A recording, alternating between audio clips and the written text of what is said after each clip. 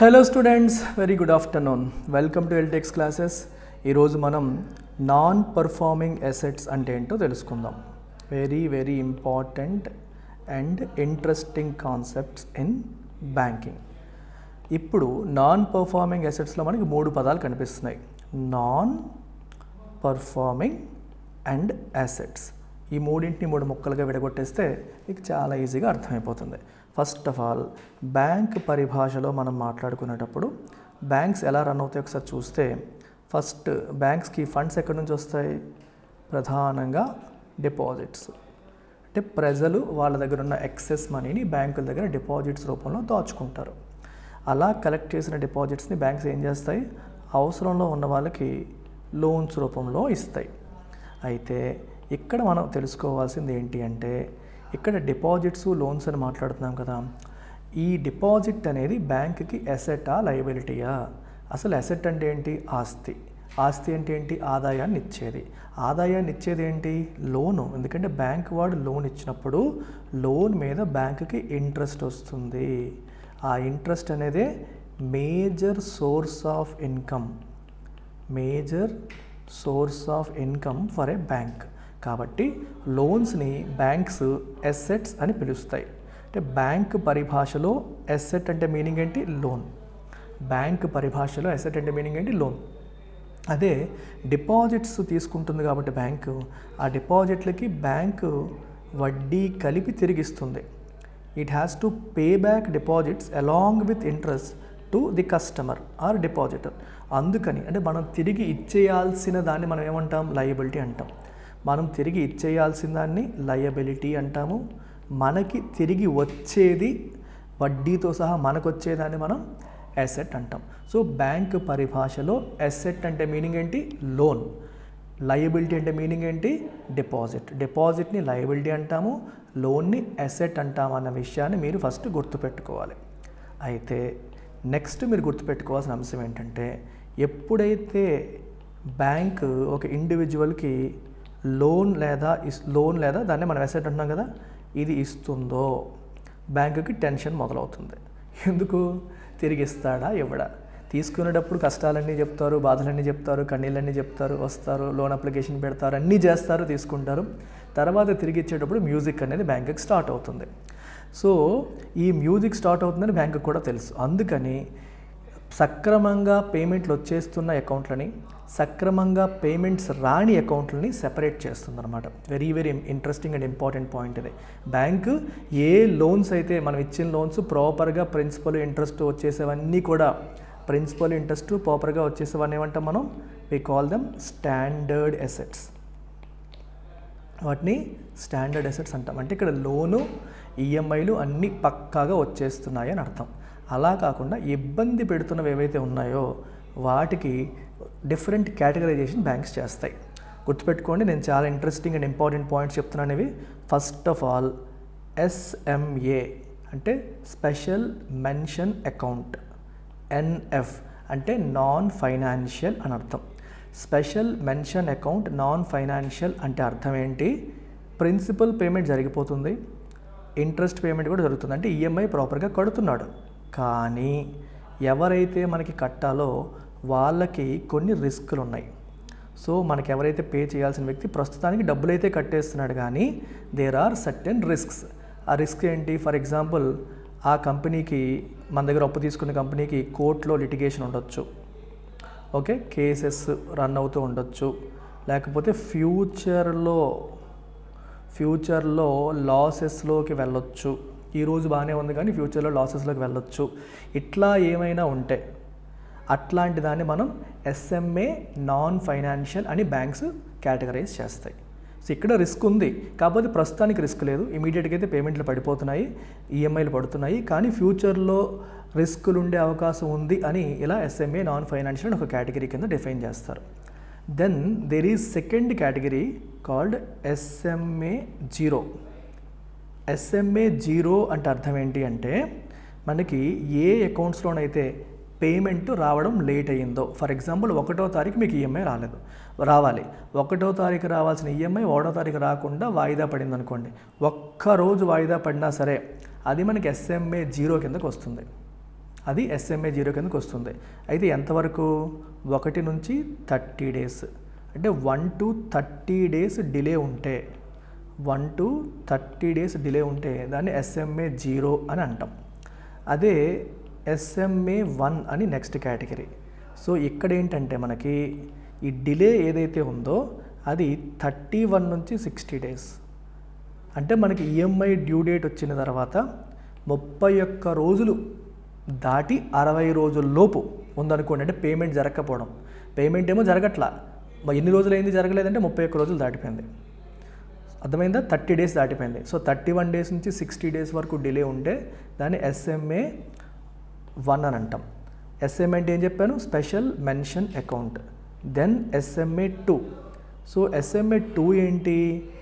మనకి ఈ డిలే ఏదైతే మనం మాట్లాడుకున్నామో అది 61 నుంచి 90 డేస్ ఉంటాయి.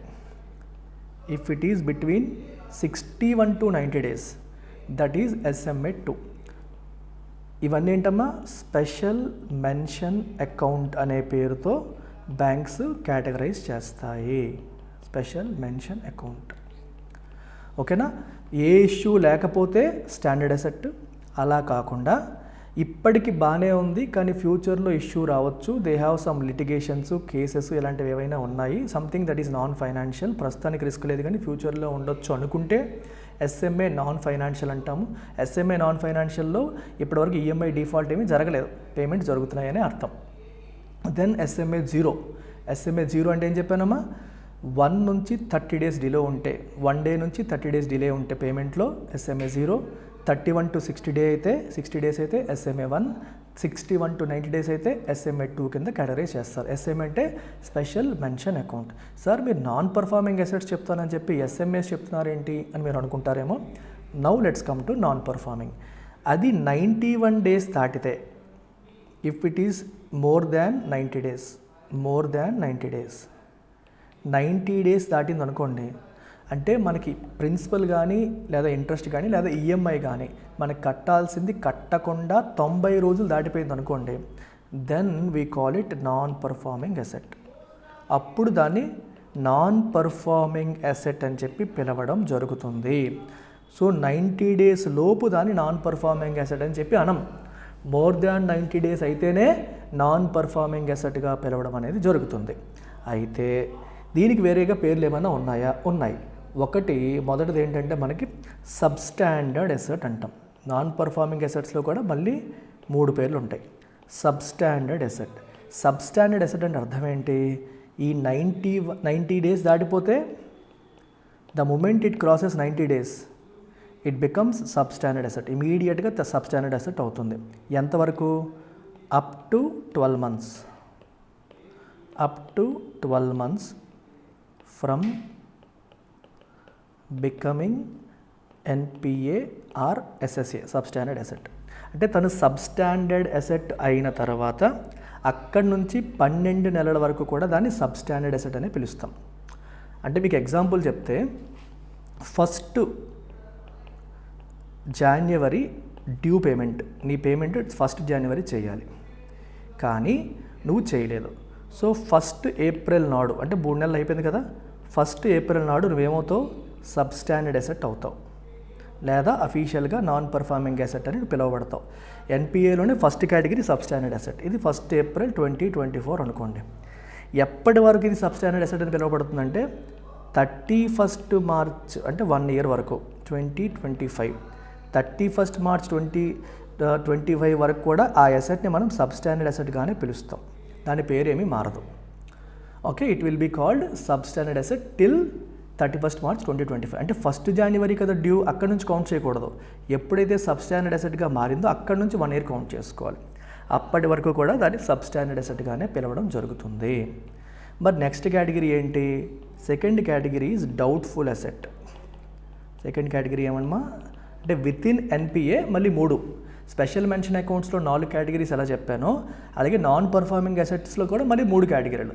డౌట్ఫుల్ ఏంటి అంటే, ఇప్పుడు సబ్స్టాండర్డ్ అసెట్ అయ్యింది, ప్లస్ 12 months కూడా గడిచిపోయాయి, okay, if it is more than that అంటే సబ్స్టాండర్డ్ అసెట్ అయ్యింది, అక్కడ నుంచి 12 months గడిచిపోయాయి అనుకోండి, then we call it doubtful asset. ఇందాక ఎగ్జాంపుల్ తీసుకుంటే 1st January డ్యూ డేట్ అయితే 2024 అనేది డ్యూ డేట్ అయితే 1st April 2024 నాడు అది సబ్స్టాండర్డ్ అసెట్ అయింది. And till 31st March 2025 it will remain a substandard asset, and from 1st April 2025 it will be called doubtful asset. అప్పటి నుంచి దాన్ని డౌట్ఫుల్ అసెట్గా మనం పిలుస్తాం. అయితే డౌట్ఫుల్ అసెట్గా ఎన్నాళ్ళు పిలుస్తారు అని మీరు అడగొచ్చు. అది రిజల్యూషన్ అయ్యేంత వరకు కూడా డౌట్ఫుల్ అసెట్గానే ఉంటుంది. అయితే మరి కేటగిరీ మారదా అంటే మారుతుంది. మూడవది లాస్ అసెట్. లాస్ అసెట్ అవుతుంది. లాస్ అసెట్ ఎప్పుడు అవుతుందంటే వెన్ డౌట్ఫుల్ అసెట్ ఏదైతే ఉందో, అంటే ఏ అసెట్ అయితే డౌట్ఫుల్ అసెట్ అయ్యిందో, okay, when doubtful asset was audited by either RBI or internal or external, దాన్ని ఎక్స్టర్నల్గా కావచ్చు, ఆర్బీఐ వాళ్ళు కావచ్చు, ఇంటర్నల్గా కావచ్చు, ఆడిట్ చేసి and declares and it was declared unrecoverable. ఈ డబ్బులు ఇంకా రికవర్ అవ్వవు, వాళ్ళు పే చేసే పరిస్థితి లేదు. మీకు అర్థమైందా? ఒకళ్ళు ఫర్ ఎగ్జాంపుల్ అనిల్ అంబానీకి స్టేట్ బ్యాంక్ ఆఫ్ ఇండియా వాళ్ళు అప్పిచ్చారు, ఓకేనా. సో 90 days వరకు SMA 0, 1, 2 అయిపోయాయి. 91 days నుండి దాన్ని సబ్స్టాండర్డ్ అసెట్ అన్నారు. అక్కడ నుంచి 1 year అయిపోయి డౌట్ఫుల్ అసెట్ అన్నారు. 2 years అయింది, అనిల్ అంబానీ నుంచి పేమెంట్ రావట్లేదు. సో అప్పుడు వెళ్ళి ఆర్బీఐ వాళ్ళు లేకపోతే బ్యాంక్ వాళ్ళు వేరే వాళ్ళు ఎక్స్టర్నల్ వాళ్ళు ఎవరో వాళ్ళతో ఆడిట్ చేయించారు అనుకోండి. ఆడిట్ చేశాక ఈ కంపెనీ అంత డొల్లా, వీళ్ళ దగ్గర రూపాయి కూడా లేదు, ఇక్కడ నుంచి మనకి రూపాయి కూడా రాదు అని తేల్చేశారనుకోండి, రిపోర్ట్ ఇచ్చారనుకోండి, then we call it loss asset. అప్పుడు దాన్ని లాస్ అసెట్ అంటాం. Until then it is called doubtful asset. అప్పటి వరకు దాన్ని డౌట్ఫుల్ అసెట్ అని చెప్పేసి అనడం జరుగుతుంది. మరొక్కసారి రివిజన్ చేస్తున్నాను, చాలామంది కన్ఫ్యూజ్ అవుతారు, రివిజన్ చేస్తున్నాను చూడండి. ఫస్ట్ది ఏంటమ్మా? SMA non financial. సెకండ్ది SMA 0. Third SMA 1. Fourth SMA 2. Then substandard asset, doubtful asset, loss asset. ఈ మూడు కూడా ఎన్పిఏలో కేటగిరీస్. ఇవన్నీ ఎన్పిఏలో కేటగిరీస్ అంటే నాన్ పర్ఫార్మింగ్ అసెట్స్లో కేటగిరీస్ కింద మనం తీసుకుంటాం, ఓకేనా. దీనికి ఏం చెప్పాను? 1 నుంచి 30 days, దీనికి 31 నుంచి 60 days, దీనికి 61 నుంచి 90 days, దీనికి 91 నుంచి +365. 91 నుంచి 365 అనుకోకండి, 91 నుంచి +365. అక్కడ నుంచి ఇంకొక సంవత్సరం పాటు దాన్ని అలాగే అంటాము. ఆ తర్వాత బియాండ్ ద టీఏ అవుతుంది. And DA becomes LA when audit confirms non recoverability. అంటే ఇంకొక రూపాయి కూడా అక్కడ రికవర్ అవ్వదని ఆడిట్ కన్ఫర్మ్ చేస్తే అప్పుడు దాన్ని లాస్ అసెట్ కింద అంటాం అనమాట. సో ఈ మూడు ఎన్పిఏ కేటగరైజేషన్ అడిగితే మీరు ఈ మూడే చెప్పాలి. మిమ్మల్ని ఎవరైనా ఎన్పిఏ కేటగరైజేషన్ అడిగితే ఈ మూడే ఎన్పిఏ. ఇది మీకు అడిషనల్ ఇన్ఫర్మేషన్. అంటే ఎన్పిఏ అవ్వక ముందు కూడా కేటగరైజేషన్ ఉంటుందని మీకు చెప్తున్నాను.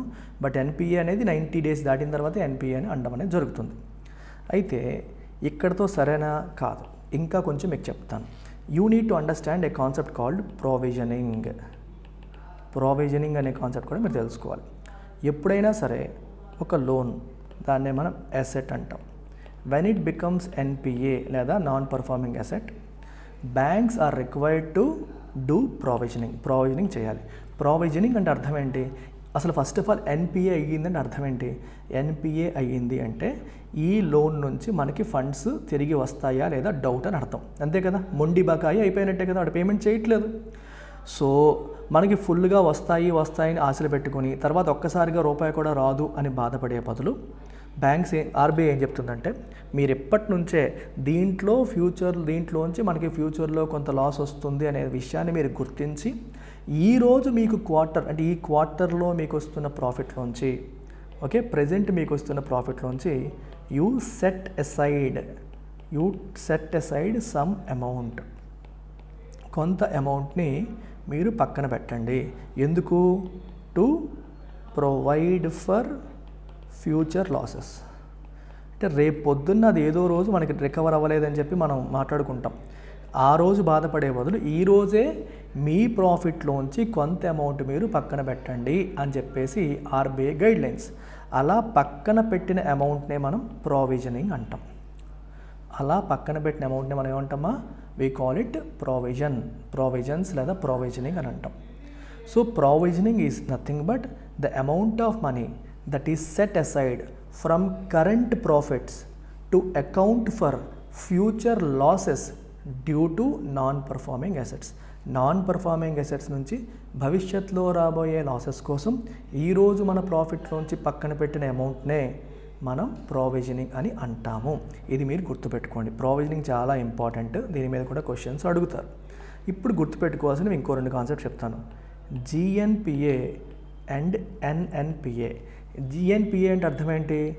టోటల్ ఎన్పిఏస్, మొత్తం నాన్ పర్ఫార్మింగ్ అసెట్స్ అన్నీ కలిపి లెక్కేసుకుంటే దాన్ని జిఎన్పిఏ అంటాము. ఎన్ఎన్పిఏ అంటే ఈ గ్రాస్ నాన్ పర్ఫార్మింగ్ అసెట్లోంచి, ఇందాక మీకు చెప్పాను నాన్ పర్ఫార్మింగ్ అసెట్ అయ్యిందంటే బ్యాంక్స్ ఏం చేయాలి, ప్రావిజనింగ్ చేయాలని. సో దాంట్లోని ప్రావిజనింగ్ తీసేస్తే వచ్చేదాన్ని నెట్ నాన్ పర్ఫార్మింగ్ అసెట్స్ అని అంటాం. అలాగే జిఎన్పిఏ రేషియో అంటే న్యూమరేటర్లో జిఎన్పిఏ వేసి కింద టోటల్ అడ్వాన్సెస్ అంటే మొత్తం బ్యాంకు వాడిచ్చిన మొత్తం అప్పులన్నీ కింద రాయాలి. బ్యాంక్ ఇచ్చిన మొత్తం లోన్స్ అన్నీ కింద రాస్తే దాన్ని జిఎన్పిఏ రేషియో అంటాం. ఇంటూ 100 వేస్తే పర్సంటేజ్ వస్తుంది. అలాగే ఎన్ఎన్పిఏ రేషియో అంటే న్యూమరేటర్లో ఎన్ఎన్పిఏ వేసి కింద టోటల్ అడ్వాన్సెస్ అంటే బ్యాంక్ ఇచ్చిన మొత్తం లోన్స్ అన్నీ కింద వేసి ఇంటూ 100 వేస్తే ఎన్ఎన్పిఏ రేషియో పర్సంటేజ్లో కావాలంటే అలా పర్సంటేజ్లో వస్తుంది. అర్థమైందా? సో నాన్ పర్ఫార్మింగ్ అసెట్స్కి సంబంధించిన మోస్ట్ ఇంపార్టెంట్ కాన్సెప్ట్స్ ఇవి. SMA, NF, SMA 0, SMA 1, SMA 2. Non performing అసెట్స్లో మళ్ళీ substandard asset, doubtful asset, loss asset, then provisioning concept, GNPA, NNPA, GNPA ratio, NNPA ratio. ఎందుకంటే కాన్సెప్చువల్గా ఎక్కువగా మీకు ఏ ఎగ్జామ్లో కూడా క్వశ్చన్స్ అడగరు. I hope it's clear to all of you. First of all asset అంటే ఏంటో కూడా మీకు డీటెయిల్గా చెప్పాను. Keep that in mind. Okay. So ఇప్పుడు ఇక్కడ చూసారా, నాన్ పర్ఫార్మింగ్ పేరులోనే ఉంది. నాన్ పర్ఫార్మింగ్ అసెట్ అని ఎందుకు పిలుస్తున్నాము? లోన్ని మనం అసెట్ అంటున్నాము. అది పర్ఫార్మింగ్ అసెట్ అంటే అర్థం ఏంటి? పక్కాగా పేమెంట్ వచ్చేసి అది పర్ఫార్మింగ్ అసెట్. నాన్ పర్ఫార్మింగ్ అని ఎందుకు అంటాము? బికాజ్ పేమెంట్స్ రావట్లేదు కాబట్టి అది నాన్ పర్ఫార్మింగ్ అసెట్ అయింది. I hope it's clear. Take care. Bye.